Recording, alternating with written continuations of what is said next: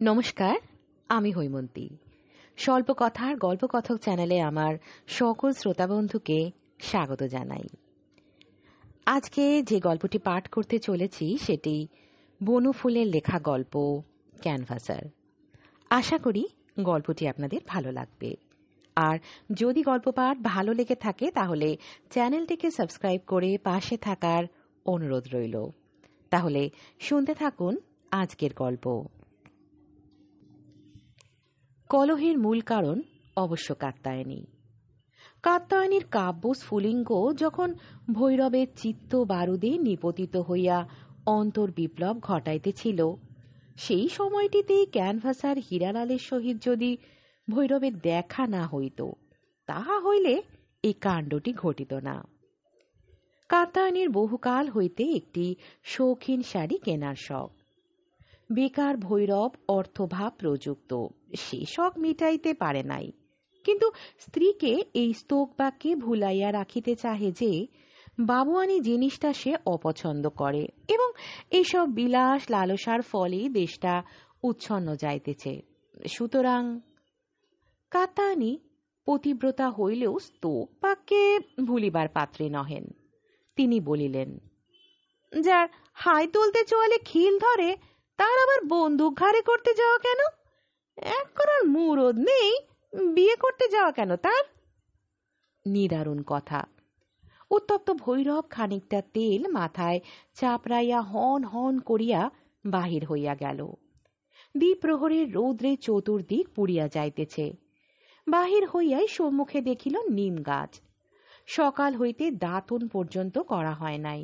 ভৈরব নিম গাছটার একটা ডাল নোয়াইয়া মটাস করিয়া একটা দাঁতন ভাঙিল। মাজন চাই, ভালো দাঁতের মাজন। ভৈরব ফিরিয়া দেখে একটি সম্পূর্ণ অচেনা ভদ্রলোক একটি ছোট সুটকেস হাতে করিয়া তাহার দিকে চাহিয়া আছে, মুখে মৃদু হাসি। ক্যানভাসার হীরালাল। ক্যানভাসার হীরালালের এই পল্লী গ্রামে আসিবার কথা নয়, তাহার শহরে যাইবার কথা। যাইতেও ছিল, কিন্তু ট্রেনে ঘুমাইয়া পড়াতে বেচারা ওভার ক্যারিড হইয়া এই পল্লী গ্রামে নীত হইয়াছে। সন্ধ্যার আগে ফিরিবার ট্রেন নাই, যদি কিছু বিজনেস হয় এই আশায় বেচারা দুপুর রোদেও চতুর্দিকটা একবার ঘুরিয়া দেখিতেছে। বিস্মিত ভৈরব কহিল, আপনি এখানে কোত্থেকে এলেন মশাই? মাজন আছে, ভালো দাঁতের মাজন। দাঁতের পোকা, দাঁতের গোড়া ফোলা, পুচ পড়া, রক্ত পড়া, মুখে গন্ধ, সব ভালো হয়ে যাবে মশাই। ভালো মাজন আছে। তা তো আছে, কিন্তু আপনি এলেন কোথা থেকে? এই পাড়া গায়ে আমরা একটু শান্তিতে আছি, আপনারা এসে জুটলেই তো। ব্যবহার করে দেখুন, ভালো মাজন। নিমের দাঁতনটা চিবাইতে চিবাইতে ভৈরব বলিল, কচু? হাসিয়া হীরালাল বলিল, আগে না, ভালো মাজন, ব্যবহার করে দেখুন। হীরালালের ঝকঝকে দাঁতগুলির পানে চাহিয়া বলিল, আপনার দাঁতগুলো তো খাসা, এই মাজনই ব্যবহার করেন নাকি? আরেকটু হাসিয়া হীরালাল বলিল, আগে হ্যাঁ। ভৈরব একবার পিচ ফেলিয়া বিকশিত সম্মুখের দন্তগুলিতে নিমের দাঁতন ঘষিতে লাগিল। বলা বাহুল্য, দৃশ্যটি নয়নাভিরাম নহে। মাজন নেবেন কি, এক কৌটো? বিকৃত মুখ ভৈরব বলিল, সরে পড়ুন মশাই, আপনারা হচ্ছেন দেশের শত্রু। দুনিয়ার যত শৌখিন বাজে জিনিস জুটিয়ে এনে আপনারা দেশটাকে রসাতলে দিচ্ছেন, বুঝলেন? বলিয়া সে নির্বিকার ভাবে দাঁতন ঘষিতে লাগিল। হীরালাল সুন্দর দন্তগুলি বিকশিত করিয়া আর একবার হাসিল, বলিল, বুঝতে পারলাম না আপনার কথা। দেশে দন্তরোগের তো অভাব নেই। হঠাৎ উত্তেজিত হইয়া এবার ভৈরব কহিল, তাতে আপনার কি? বেরিয়ে যান আপনি এ গাঁ থেকে। ওসব মাজন ফাজন বুঝলো কি এখানে চলবে না। হীরালাল ক্যানভাসার হলেও রক্ত মাংসের মানুষ, সুতরাং বলিল, আপনি কি এই গ্রামের মালিক? যুক্তিযুক্ত হইলেও এই উক্তি ভৈরবের আত্মসম্মানে আঘাত করিল।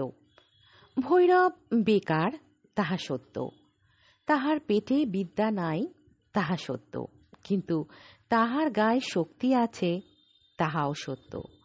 যদিও সে গ্রামের মালিক নহে, কিন্তু সে ইহাকে গ্রাম ছাড়া করিতে পারে। এইসব জুয়া চোরগুলা দেশের যত অপরিণামদর্শী যুবক যুবতীগুলিকে খেপাইয়া তুলিতেছে। গ্রাসাচ্ছাদন জোটানোই দুষ্কর। দাঁতের মাজন।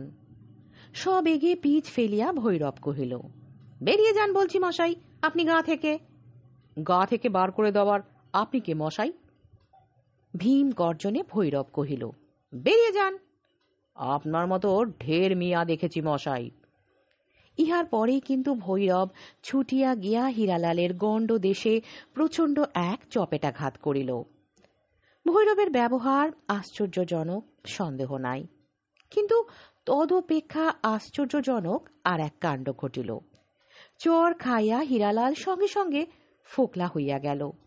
তাহার বাঁধানো দন্ত পাটি ছুটিয়া বাহির হইয়া আসিল। স্তম্ভিত ভৈরব তাহার কালো কুচকুচে গোঁফ জোড়াটার পানে চাহিয়া আছে দেখিয়া হীরালাল একটু হাসিয়া বলিল, আগে হ্যাঁ, ওটাও ভালো কলপও আমি রাখি, নেবেন? কেন মারধর করছেন মশাই? গরিব মানুষ, এই করেই কষ্টে সৃষ্টে সংসার চালাই। বুড়ো বয়সে উপযুক্ত ছেলেটি মারা গেছে। হতভম্ব নির্বাক ভৈরবের বাক্যস্ফূর্তি হইলে সে বলিল, আচ্ছা দিন, এক কৌটো মাজন। ক্যানভাসের গল্পটি এখানেই শেষ হলো। গল্পটি আপনাদের কেমন লাগলো অবশ্যই কমেন্ট বক্সে জানাবেন। আপনাদের কমেন্ট আমাকে আমার কাজে উৎসাহিত করে।